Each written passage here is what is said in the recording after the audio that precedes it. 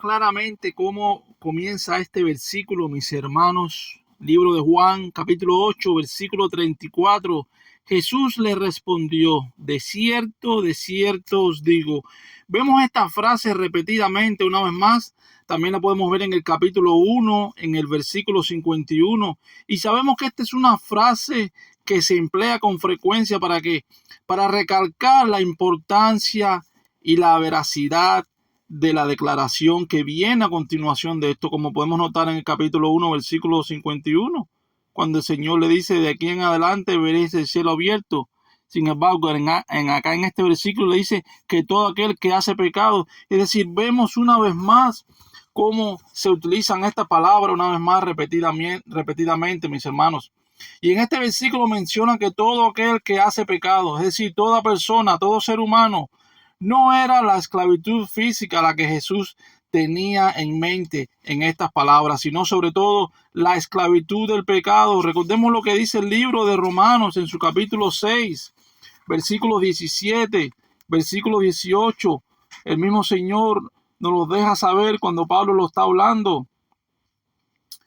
que le dice, que nos deja saber al lector, sobre todo en su capítulo 6, versículo 17, versículo 18, me parece que es uno de esos dos versículos, cuando sabíamos que éramos esclavos del pecado, pero habíamos que obedecido, mis hermanos, obedecidos de corazón a aquella forma de doctrina en la cual fuimos entregados, es decir, sobre todo liberados del pecado, y vinimos a ser siervos de ¿qué? De la justicia, es decir, dejando el pecado atrás, mis hermanos.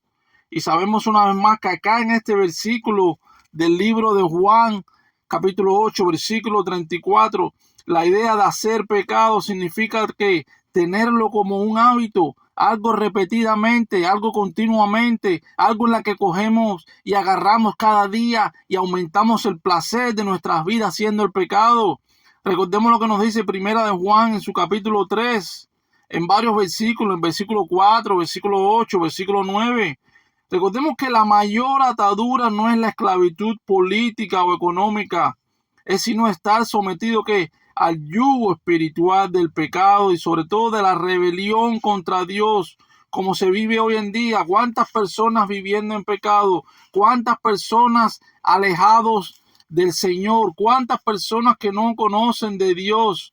¿Cuántas personas que cada día orgullecen su vida con las maldades y las cosas que cometen día a día, mis hermanos?